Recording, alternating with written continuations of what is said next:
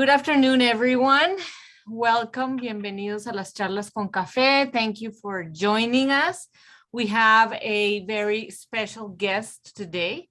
Oh, I should introduce myself. My name is Marcela Vázquez León, and I'm the director of the Center for Latin American Studies. So on behalf of our faculty and our students and our staff, we are really excited to, I am really excited to introduce our speaker, Anita Carrasco. And I'm especially happy to introduce her because I've known Anita for many, many years. I don't know how many years, Anita, do you know? 2019. 2019? No, 19 2009, years. 19 years. Oh my Yes. God. This is too much. 19 years. Yes, so Anita is Associate Professor of Anthropology at Luther College in Iowa, and she is a U of A alum. She got her PhD in sociocultural anthropology from the School of Anthropology here at the U of A. I am very proud to say that Anita was my graduate research assistant for many years. We traveled to Brazil, Paraguay, we did a lot of stuff, Mexico. So we have been very close since she started as a graduate student. And we have remained close. We have continued to collaborate, and we are good colleagues and good friends. So this is a great example of how these long-term relationships happen. Anita is a Chilean anthropologist who spent her childhood in a Chilean mining town. Her book, Embracing the Anaconda, which was published by Lexington-Rowman and Littlefield in 2021, right, Anita? 20, in the midst of the pandemic. In the midst of the pandemic, yes. It's a really good book. I recommend it. I'm going to be using it for my class next semester. It is a personal ethnography about people, mining, and water in the high desert of northern Chile. Her research focuses on indigenous peoples and their adaptations in response to industrial mining development in the early 1900s. So for this talk, Anita, or Dr. Carrasco, I should say, focuses on the Likantatay community and their resistance to mining-induced territorial displacement. I think her research and her book are very relevant to understand the current situation of extractive industries and indigenous peoples in Latin America. So I highly recommend her book. Anita, please, go ahead. Thank you so much, Marcela. Do you hear me? Yes. Okay, great. I wanted to thank you for the invitation. It's a very emotional moment for me. As you said, we've had like this long lasting relationship that has been very beautiful. And I think that you were the first to teach me about work-life balance as a woman academic. So I'm really grateful for that. I also want to thank Tad Park that is here today. He was my dissertation advisor and also, my good friend now. And I don't know how I would have done it without you and your support. So thank you for the invitation, and I'm gonna go ahead and share my screen. Okay, and then I am going to, excuse me, present slideshow from start. Okay, do you see the? Yeah, it's good. First, okay. All right, so I want to begin by giving a little bit of background. The United States Anaconda copper mining company's need for water for copper production in northern Chile escalated dramatically during the 20th century. Its main operation was the Chuquicamata mine, located in Chile's Atacama Desert. With its 106 years of existence, it remains to this day one of the largest open pit copper mines in the world. The Atacama Desert, or at least part of it, has also been since time immemorial the homeland of Atacamenos indigenous people, also known as Likantatay. The environmental impacts caused by Anaconda's water needs had a devastating effect on an important part of the Atacamenos economy based on animal herding and horticulture. In the early 70s, the Chilean Codelco mining company took ownership of Chuquicamata and continued the process of water extraction from this desert region. Next, all right. So in my book, Embracing the Anaconda, a chronicle of Atacamenos life and mining in the Andes, I draw inspiration from environmental historian Rob Nixon's concept of slow violence, because he considers, quote, a violence that is dispersed across time and space, and attritional violence that is typically not viewed as violence at all, end quote. Violence is traditionally perceived as an event or action that is immediate in time, explosive and spectacular in space, and as erupting into instant sensational visibility. I wanted to engage a different kind of violence, one, quote, that is neither spectacular nor instantaneous, but rather incremental and accretive, its calamitous repercussions playing out across a range of temporal scales, end quote. So in my book, I wanted to address our inattention to calamities that are slow and long lasting. The environmental violence that has been unfolding in the Atacama Desert needs to be highlighted.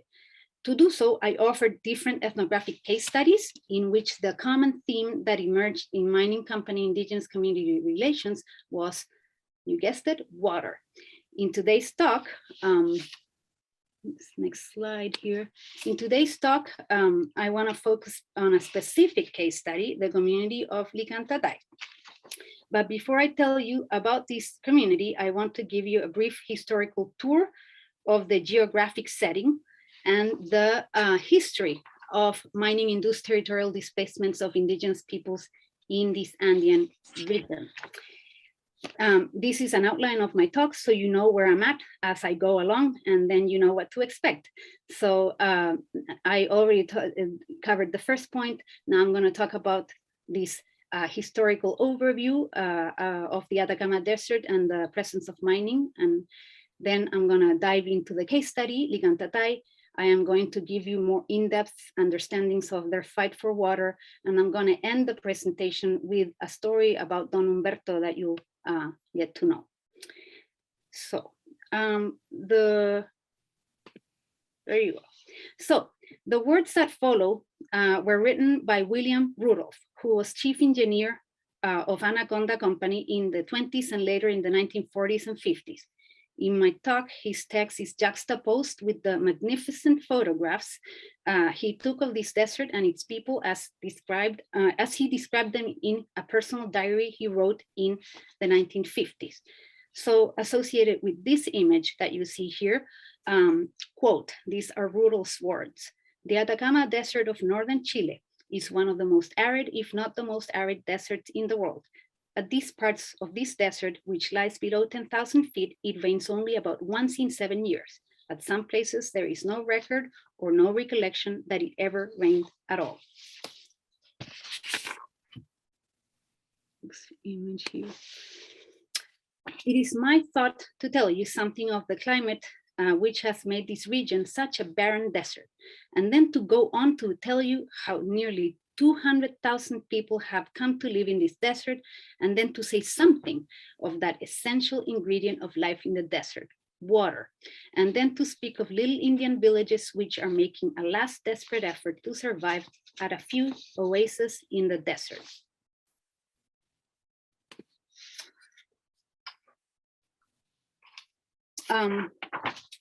Back in the days before the coming of the Spaniards, there were several thousand Indians living in this region, irrigating their little farms with waters fed by springs. Yes, there are springs aplenty in the region if one knows where to look for them. And the older travelers of the desert used to say that one was never more than a day's mule ride or 50 kilometers away from a water hole. These original Indians, or at least the oldest tribe we find today, were the Atagamenos, and they were conquered during the 14th century by the Quechua from the north, better known to us as the Incas. Then came the Spaniards, who did not find the gold and silver they were looking for and decided the desert wasn't worth the hardships involved. The region became part of Bolivia after the War of Liberation, and late in the 19th century was ceded to Bolivia, from Bolivia to Chile following the War of the Pacific. During all this time, there was little change except that the Indians installed small wood crosses on the grass roof of their houses to show the Spaniards that they had truly embraced Christianity. With the Chilean regime came the development of Antofagasta province nitrate fields, largely with English capital. The first railroad and the first pipeline were constructed across the desert. Settlements were built up for workers who came from all parts of Chile. Chilean nitrate producers had a monopoly and were doing very well under a high selling price structure until European synthetics took their market away from them, the bubble bursting in 1928.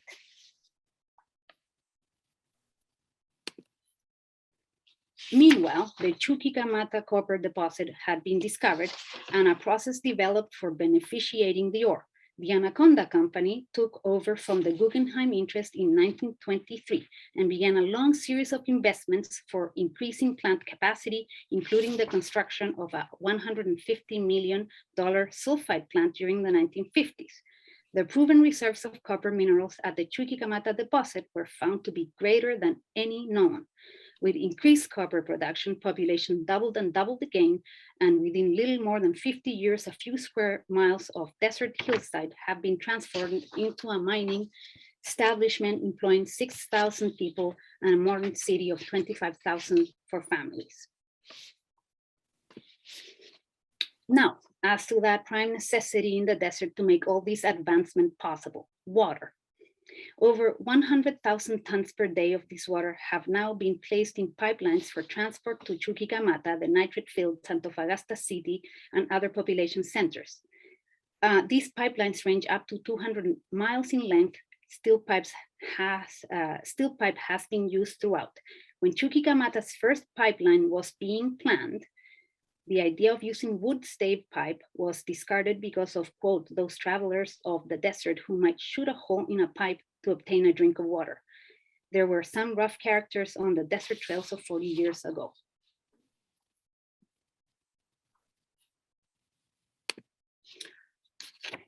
One of the interesting features of the Atacama Desert lies in the village of the Atacameño Indians who lived there before the coming of the Spaniards.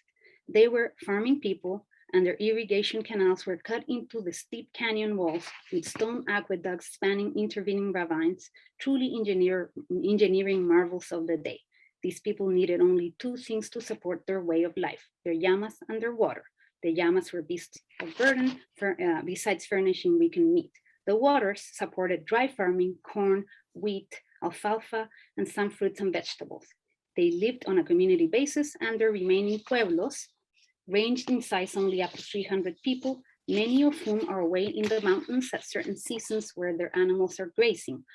Of late years, the men have been going away to work in the sulfur mines to bring back money to exchange for tea, sugar, and other articles which they do not have.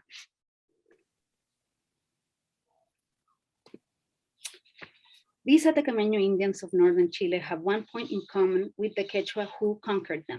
Their three commandments: do not lie, do not steal, do not be idle. They follow them faithfully. So long as they do not become tainted with outside contacts, these people are truthful, they just haven't learned to lie. This is still Rudolph talking, so bear with me.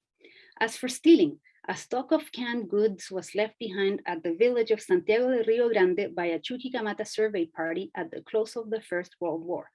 The men expected to return to complete their work on hydroelectric power investigations, but never did. I found the cans 5 years later covered with dust, but undisturbed. As to the third commandment, do not be idle, there is a little story to tell.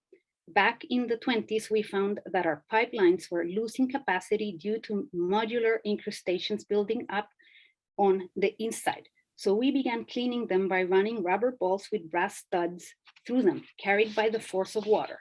Unfortunately, the ball would become stuck in the pipeline at times, and then we did not know where to cut the line to remove the obstruction. So we trained the dog to run along the pipeline, following the noise from the noise it made scraping on the inside of the pipe. and barking as he ran along. If the ball stopped, the dog would stop and we'd know where something was wrong. But the Indians from a neighboring village quickly lodged a protest.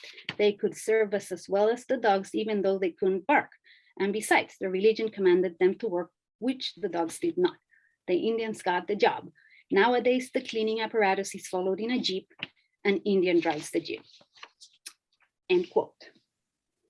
And so this picture here, which is the last picture I'll show you by Rudolph, is fairly significant because you see that as early as 1927, local, natives were carrying pipelines that were being built in this desert, and they needed to be repaired and maintained. And so they were, these natives were heavily involved in the same process that depleted the water in the desert. So now that you know the setting and the history of water extraction by a mining company that employed the same indigenous people that eventually had to abandon their villages because of lack of water, we can now move on to Likantatay. This is like a Google Earth image of the mining town of Kalama. And on the left middle corner, there's a pin that says Likantatay. That is the sector in the city, the west side, where they started their squatter settlement. And this is, I'm going to leave this image here for a bit. It's an aerial view of Calama Oasis in 1966, when it had way more presence of agricultural farms. This is quite, the desert has made huge advance, and this is not even close today. So Likantatay is an urban indigenous community located on a former pasturing zone on the west side of the city of Calama. So in 1991, a collective of 36 Atacamenos immigrant families from the surrounding rural villages of Aikina, Caspana, Cupo, Toconce, Chiu, San Pedro de Atacama, Toconao, Socaire, and Rio Grande, pressed by the marginal urban conditions in which they live, requested land from the Ministry of Government Property and settled down on a zone locally known as Cerro Negro. It was barren land within the city's poverty belt with no access to public services of any kind. These families had to build their homes from the ground up. Most were slum dwellings with dirt floors and shantytown construction. Their main objective, I was told, was to reproduce to the extent possible what they viewed as the traditional Atacameño community, but in an urban space. And this involved a couple of things: to be able to plant the land and to be able to have animals. So this is like the main street of Likantatay. This picture was taken in 2005, and I'm gonna show you some more pictures. This is the typical closing of their yard, and that which looks like metal scrapes are corrals that have animals inside, and these include things like pigs, llamas, sheep, goats, rabbits, all kinds of animals. Excuse me. This is just a different view of a similar corral and the type of construction they had at the time. This is just a close-up, and then you'll see the pig poking its head out of the corral. And this, I wanna show this image because it shows the electricity line. This, as I said, the community started as a squatter settlement in 1991, and it took them about 10 years to gain formal land titles, water rights, an electricity line, potable water, and this, for example, they built themselves the community meeting hall. Very precarious construction, but it was, what they could do. This was a more solid construction that they got funding to build a craft workshop. And so, and this is an alfalfa field. It's quite young, so this grows much higher, but that is what it looks like when it's just beginning to grow. And I'm gonna stop here with Senora Juana's back. She was showing me her alfalfa in the garden. And so I just wanted to walk you through those pictures so you can see how much effort this community went through. And I want to say that everything that Likantatay has gained was accomplished by embracing what I consider a striking revolutionary praxis. And to illustrate this praxis, I want to share a story about the titanic effort the community underwent to access irrigation water in the city. This story was told to me by the wife of the man who came up with the idea of, quote, stealing water, and how others followed, not initially, but eventually. So I asked her, when you first started living in Likantatay, were there any trees? How did you manage to start planting? And so she told me, no, there was nothing here. Well, when we first arrived, the first thing we had to do was to start preparing the land for planting. We had to move the earth with machinery and figure out where to get water because there was none. We started looking at the sewage water that passed nearby, looking at what the people from Cerro Negro were doing, which was irrigating with sewage water, and observing the system they had of extracting sewage water. We learned what we needed to know. My husband said that we had to make a hole in the pipeline and we had to install a water pump to irrigate. Me and my family were the first to start planting. And so I asked, whose idea was it? Your husband? Yes, my husband. And everyone followed along? Yes, in the end, yes. But at the beginning, suggesting this idea to the community was difficult because people were too afraid. My husband was always more quick-witted and brighter. But the water pump didn't work out. For that, we needed to have gasoline to run the pump. It was too expensive. He searched for a way to extract the water directly from the pipeline, bypassing the need of a pump. Next, he proceeded to break the pipeline, extracting water directly from the chamber, because near Likantatay in Vasco da Gama Street, there was another chamber, and that's where we extracted all the water from. About 150 liters per second. We got really scared. Well, the fact of the matter was that we had built a canal, but we were not anticipating so much water, so it wasn't big enough the first time we tried. And once you completed building a bigger canal and you already had water running through it, how long did it take for the more fearful people to get involved?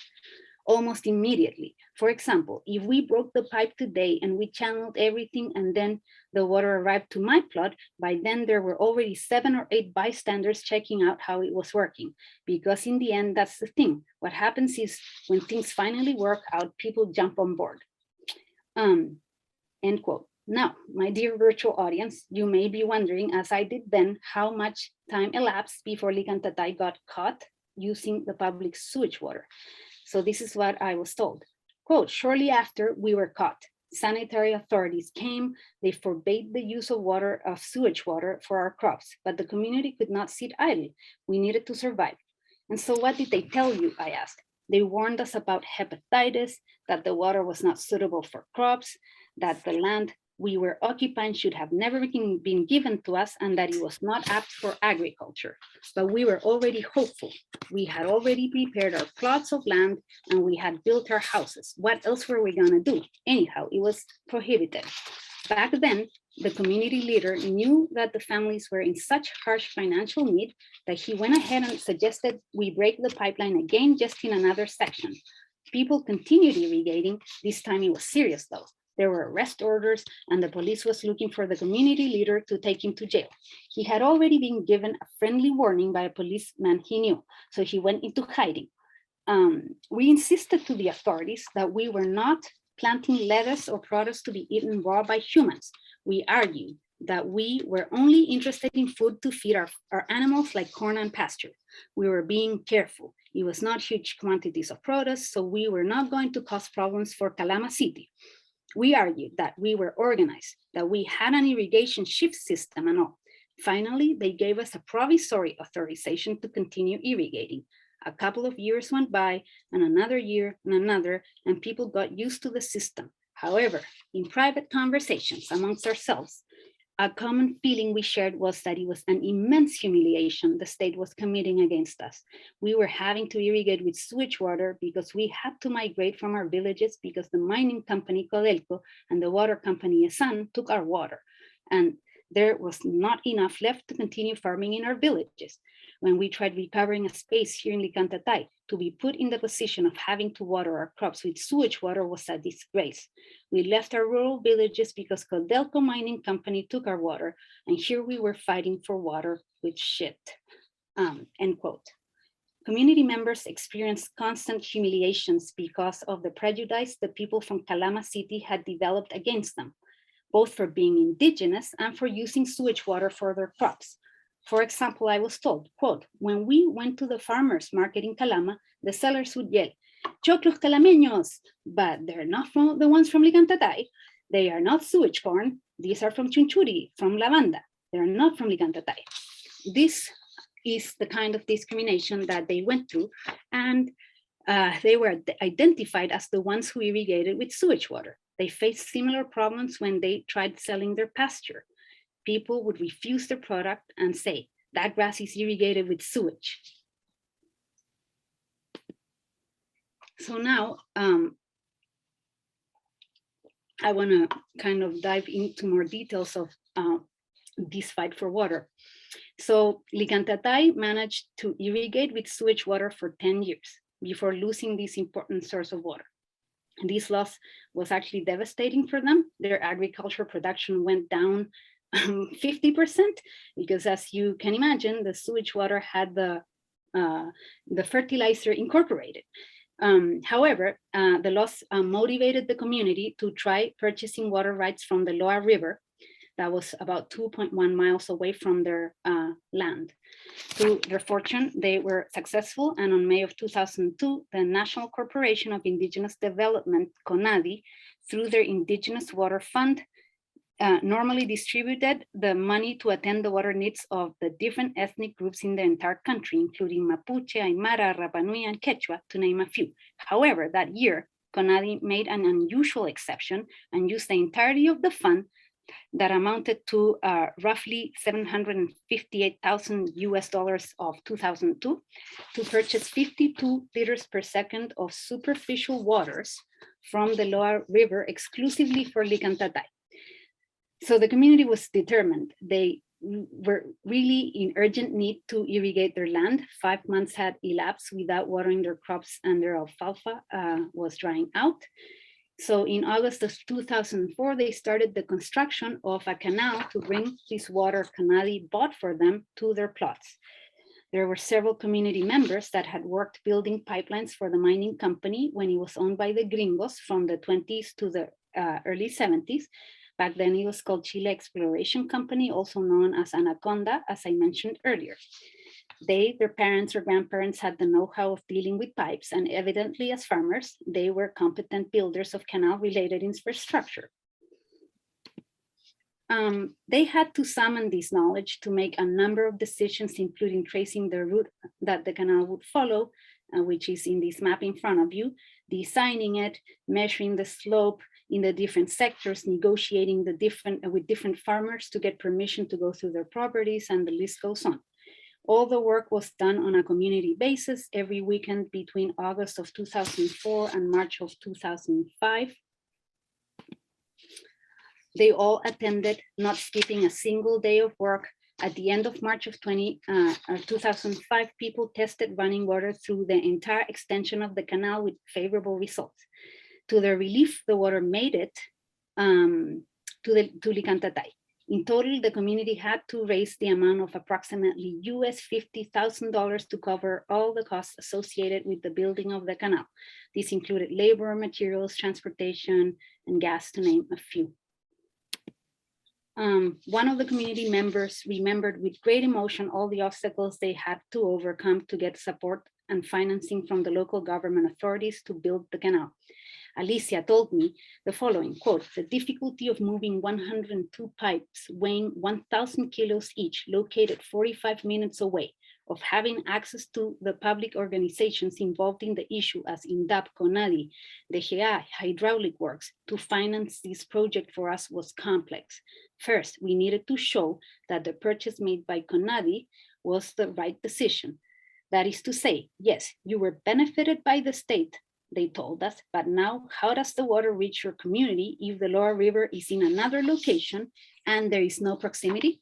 And for them to finance that for us, we had to do a topographical study, but only because these public organizations requested it in order to finance us. Not so within the community, where when we talked about how the water could be transported, the elders said it was possible for the water to arrive. Even though Likantatay was at a higher elevation, the elders said that the water would arrive and that if we could use pipes, it would be much better. No one in the community doubted the word of our elders, but with that same information from the community, we would show up at the meetings with government authorities to sit down and talk and request the money so that they would finance us. And I remember that at that time, INDAP, Institute of Agricultural Development, told us no, because they argued that a professional was needed to do a study of the elevation issue to assess if water from the Loa River could in fact reach Likantatay. Finding resources to pay for that study was a waste of time and a waste of money from our perspective, but we still submitted the study they demanded. And I want to show you some more images of the way that they precariously, but with a lot of creativity, managed to, install 102 pipelines to get the water to their plots. So the water arrived because it had to arrive, because as Alicia continued to tell me, because we had asked the Pachamama. And there I make that connection with the spiritual, because many times they don't understand us when we talk about our cleaning of canal ceremony and about the sacredness of water. And so I want to close with one last story about Don Humberto, a comunero from Likantatay. His story, I think, serves as a metaphor to frame what happened to the Atacamenos people as a whole. I titled it Con la mierda hasta la cintura, with shit up to the waist. This story is not included in the English version of my book, but will be incorporated in the soon-to-come Spanish edition. Don Humberto has a sad story. His mother was a herder from Aikina, and like all the boys and girls who grew up in the desert, they were sent to herd animals. Don Humberto was born in the pastures in the middle of all the animals that his mother was looking after. He grew up in Chunchuri, an agricultural sector of Calama, learning to do farm work from a very young age. They never sent him to school. He had to work. He only learned to read and write at the age of 18 because he was drafted to do compulsory military service. Don Humberto is an important part of the story of how Likantatay irrigated with sewage water. The only jobs Don Humberto could find were doing farm work, which was what he knew how to do best. But these are not well paid and are very precarious. The community of Likantatay had intervened the sewage system to divert the water to their canal and thus be able to irrigate. There were 36 families who worked in a shift system. Every weekend, the water had to be diverted to Likantatay. So eventually each family had the difficult task of entering the sewage chamber and intervening in it to divert the water and lead it to Likantatay's canal. This involved being submerged waist deep in shitty water, enduring an overwhelming smell. If you didn't do the operation quickly, in less than 15 minutes, you could be completely submerged in water full of shit. One time a family couldn't do their shift and they asked Don Humberto to do the job for them.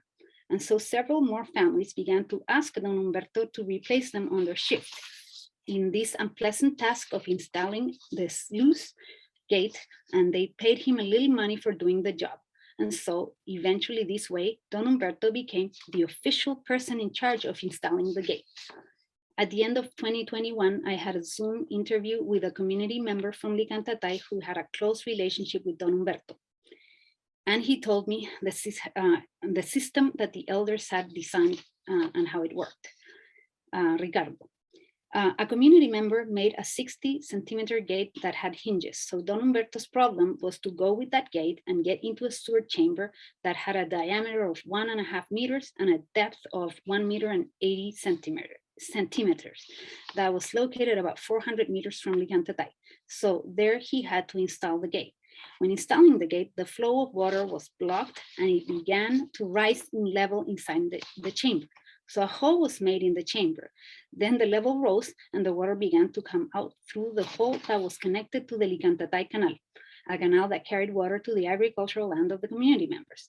Then you removed the gate and the water continued to flow through the pipe. The level dropped and it no longer came out of the canal.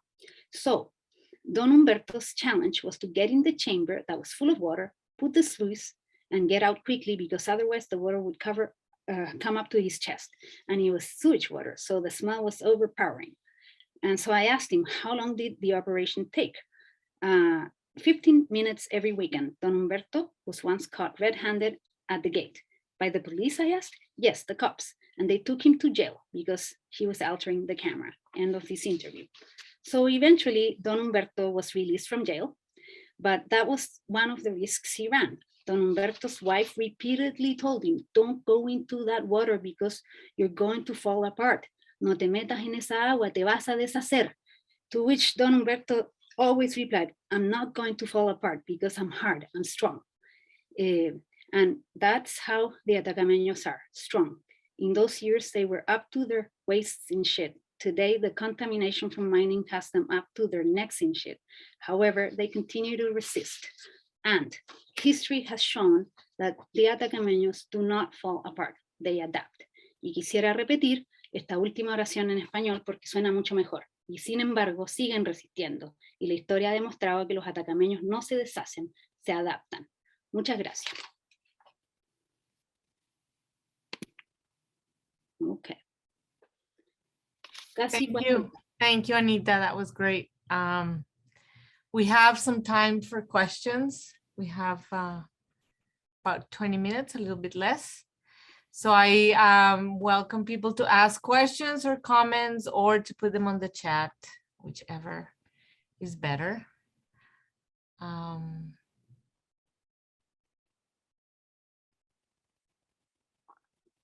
So I'll start by saying something, but Okay, sure. I think one of the it's just a comment, but I always think it is important that we as social scientists pay attention to resilience and how resilience is a much more important part of community that that people think about.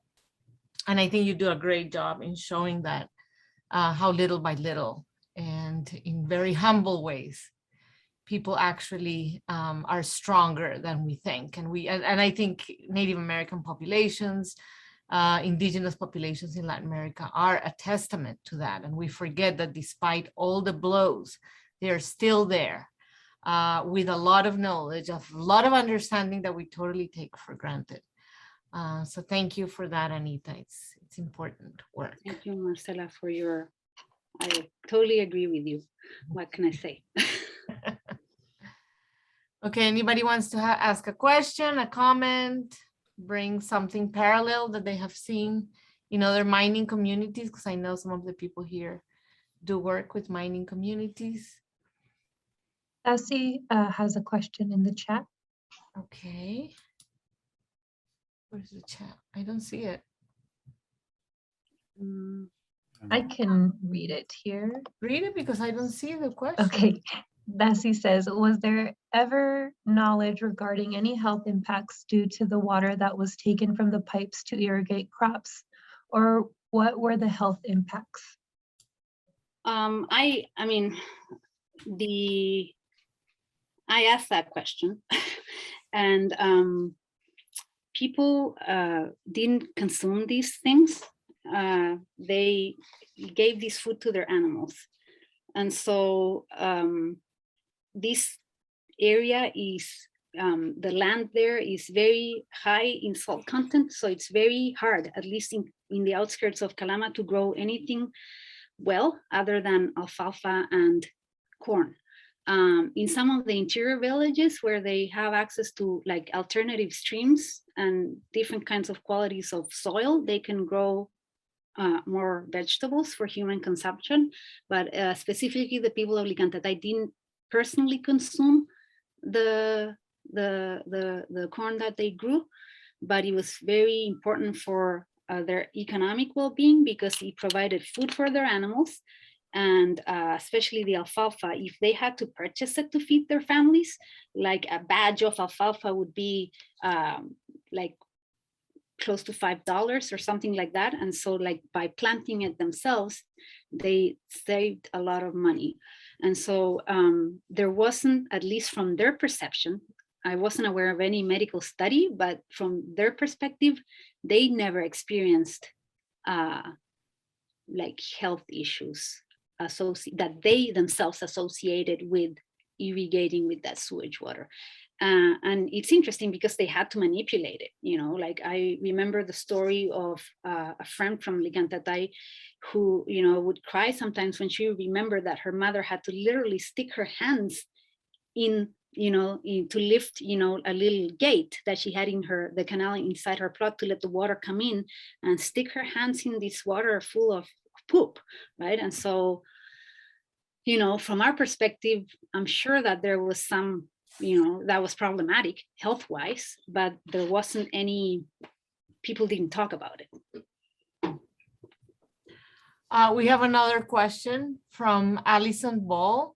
You can also, you know, raise your hand if you want to ask the question yourself.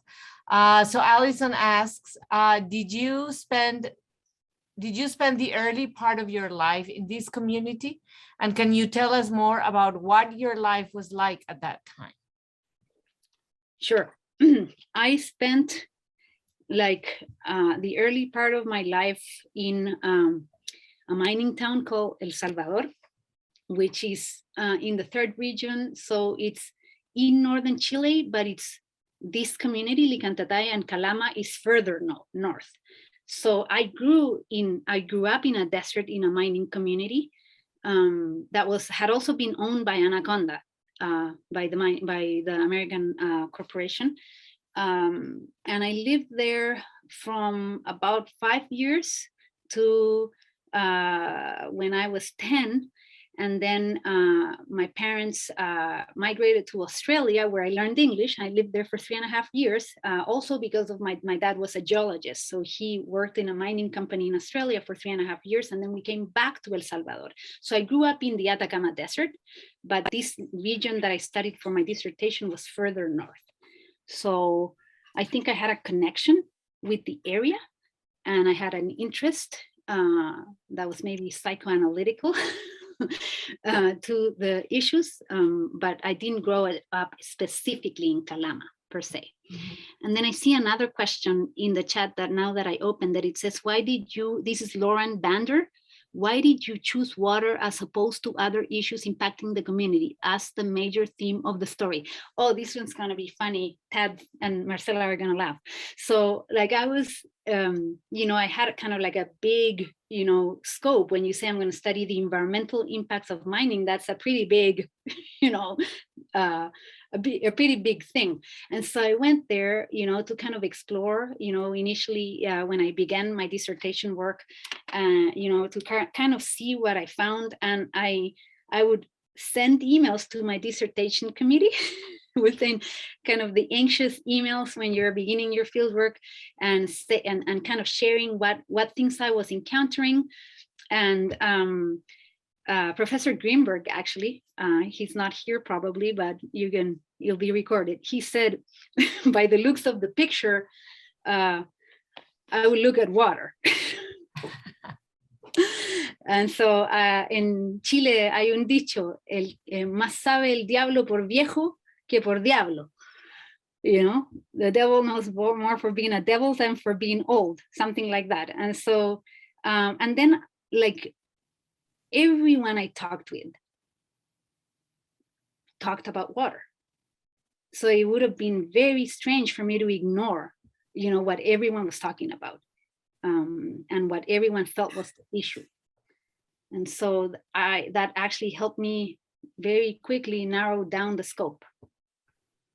Okay, thank you, Anita. We have a question from the audience, and I would appreciate as I call you to identify yourself, tell us who you are. Stephanie, go ahead, and then Tonze.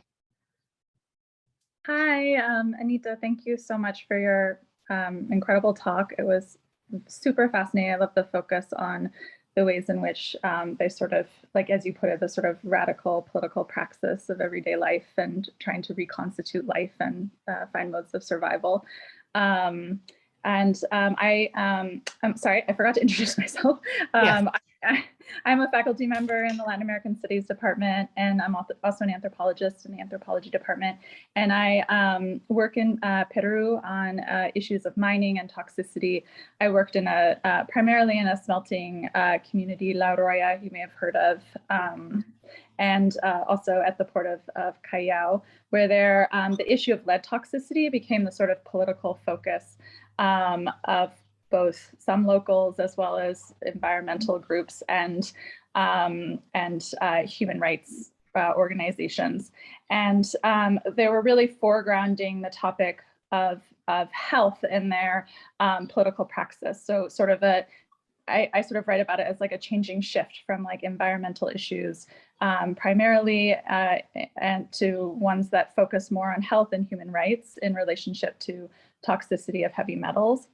And when I was doing fieldwork in 2012, it sort of collided with this big sort of national marches against the expansion of the mines in Cajamarca, the Congo project. And there was this huge sort of rallying cry, both about water, like agua sí, oro no, but also toxicity and the potentiality of water toxicity was really foregrounded in all of those sort of national debates at that moment. And I'm sort of curious whether you've seen that. It definitely became sort of transnational, international forms of alliances. And I'm curious whether, like, how would that look like in Chile, whether that intersected with the communities that you worked with, whether there has been a sort of changes in the sort of more like the broader political approaches since your initial fieldwork. Mm-hmm. Yeah, thank you for the question.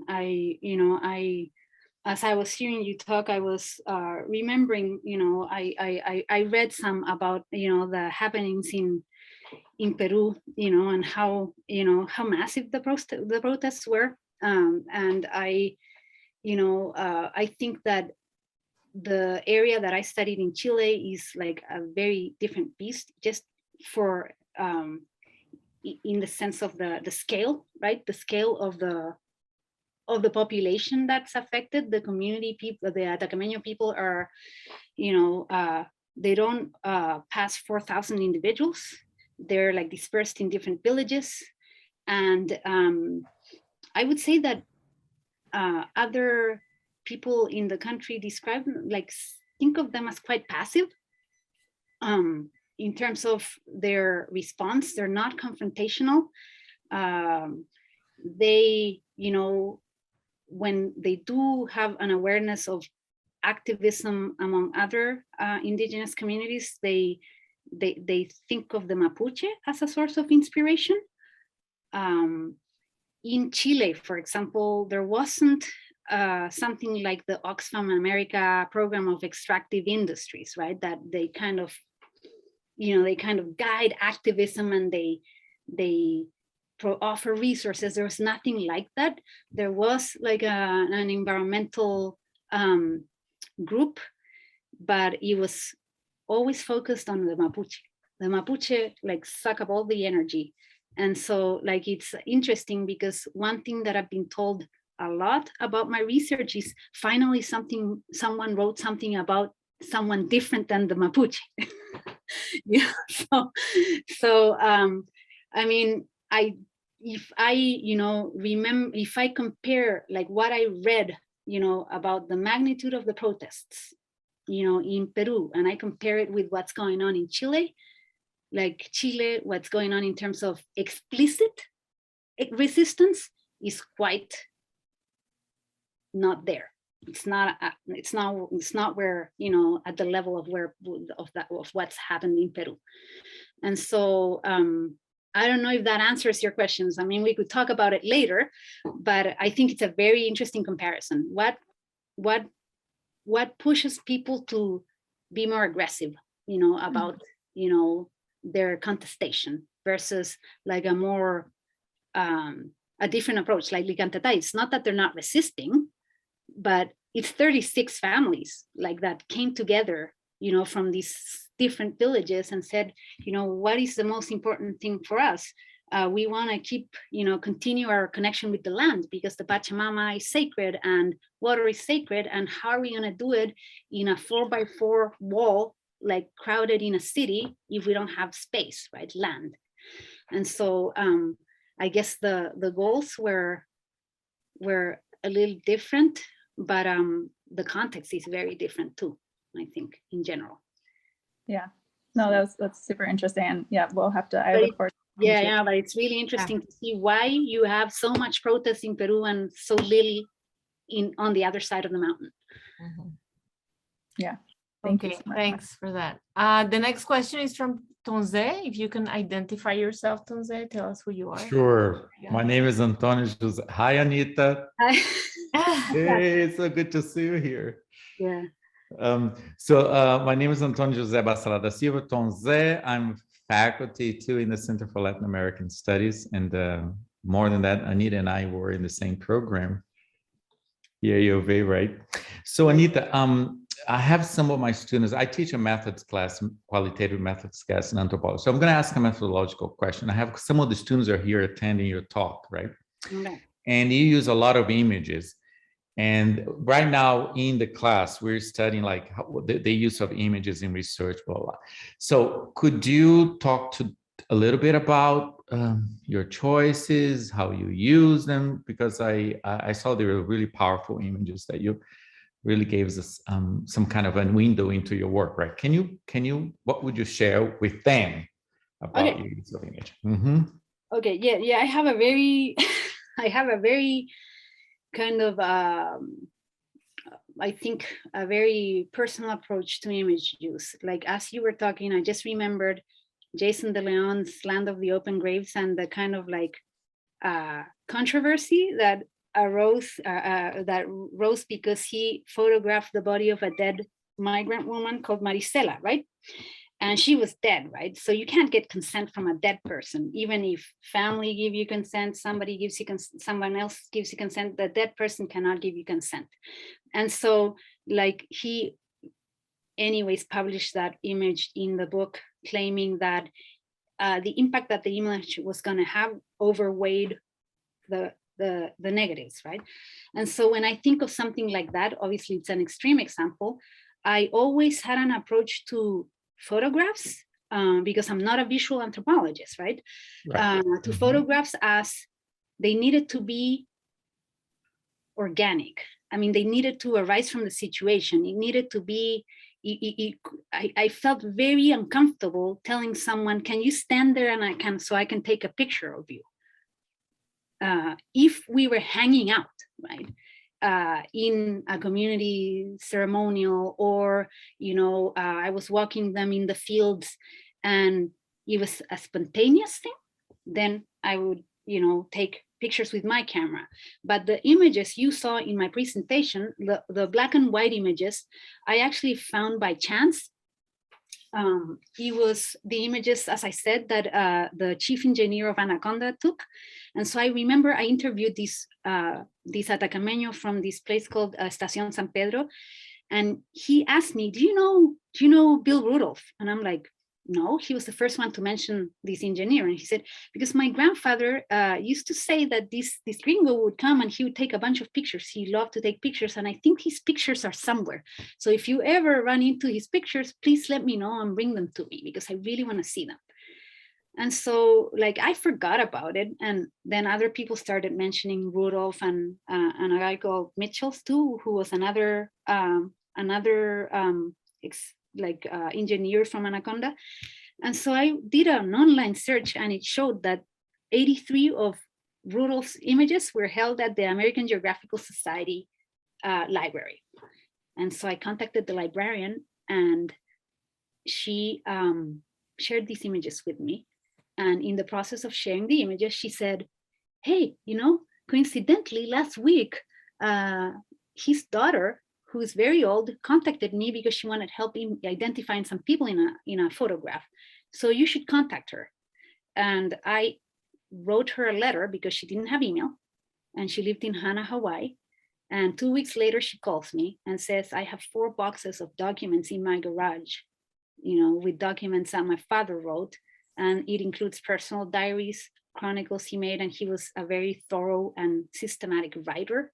He wrote everything down. And so I found that diary of which I read some excerpts that I associated with these images. And so I felt that his pictures, you know, sort of gave me an important window into what life had been like, the nostalgia that people were,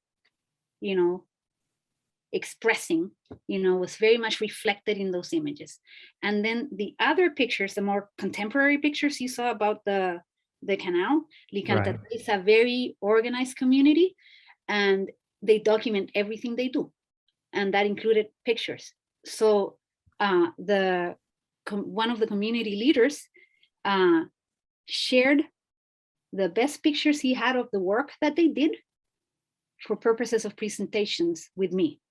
And so we have a trust relationship to the point that he can share the images that are much better than the ones that I could have taken, because I wasn't there when this happened. I came like, when I first came to Likantatay, it was 2005, and I actually overlapped with, they were 3 months away from completing the canal, something like that. And so I did take some pictures of, the landscape in Likantatay.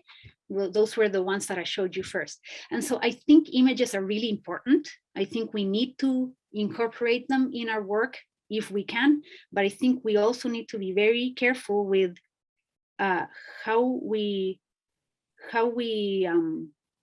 approach, the use of image, because I don't know, I would feel very uncomfortable if this researcher came and photographed me and my house and my surroundings and then published them in a book without telling me, or kind of like out of context for me. And so that would be my approach. But I think images sometimes speak louder than words. And if you can use them and you have the consent of the community, and if you can use their images, even better. Okay, great. Thank you. Yeah, you touched on several very important aspects. Thank you. Very interesting work, Anita. Thank you so much. Nice seeing you again. There's a question in the chat. Daisy Resendiz. It says, I don't see Daisy's questions. I don't know why. It's written down here. Do you want me to read it? Yeah, because I don't see it. I think everybody else's. I don't see Daisy. I think it is very important that you focused on water. Water stress and water scarcity will impact vulnerable populations like the Likantatay first. As water depletes, indigenous populations are the first to be impacted, and this work could give insights into how people are facing water shortages. So it's more like a comment than a question. So thank you, Daisy, if she's still around.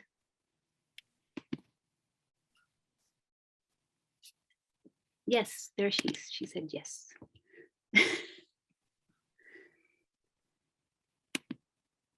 Marcela, you're muted. We have time for one more question, a short one. It's almost 2. If anybody has more questions, comments.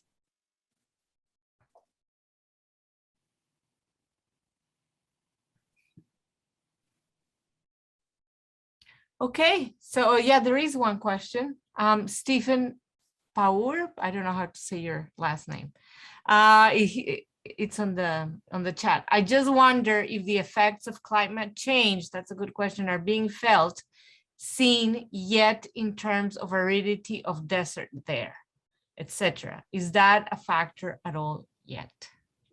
When I did fieldwork, people complained about drought, complained about things, about it not raining, about every year being more and more dry. They didn't frame the problem in terms of climate change, though. They didn't use that vocabulary. In the same way that they didn't use words as like sustainable development or even the word environment. They didn't use that vocabulary, but they talked about issues that we would maybe label under certain academic terms to frame our discussions. So I think there was a concern with the climate and the change, especially in regards to the streams, like the pastures and the streams being like drier and drier, and it being harder and harder to plant. But they didn't frame it in terms of climate change. They would talk about the peaks of mountains. They have less snow. It's more dry, but they never use the word climate change. Do you think they would use it now, or you don't know? You haven't been. I think that if they are urban and educated, they would. If they are rural and they have remained in the villages, no. Okay, well, thank you, Anita. This was great. Thank you so much. And for our grad students, we're going to be reading her book, those who take my class next semester. So I just the fall. I wanted to shameless plug. The book is actually coming out this year in Spanish. Okay, good. And I'm very excited about the Spanish version of the book because I was able to run it by several community members and I got feedback. And one of the suggestions was to include Don Pereja's story, you know, the actual what it actually involved to get in that water, and some other little kind of details here and there. So that was a really beautiful process of kind of getting, you know, a sense of how they read the book and what they felt it did for them. And it was positive feedback. So I'm very excited about that. That's great. And I'm glad you're going back to the community with a version that they can understand. Exactly. All right. Thanks, everybody. I hope to see you all next Friday. Thank you, Anita. That was a great talk. And we're hoping to bring her sometime, maybe next year, for one of our events. Okay. All Thanks, right. everyone. Thank you. Thank you so much, Bye. everyone.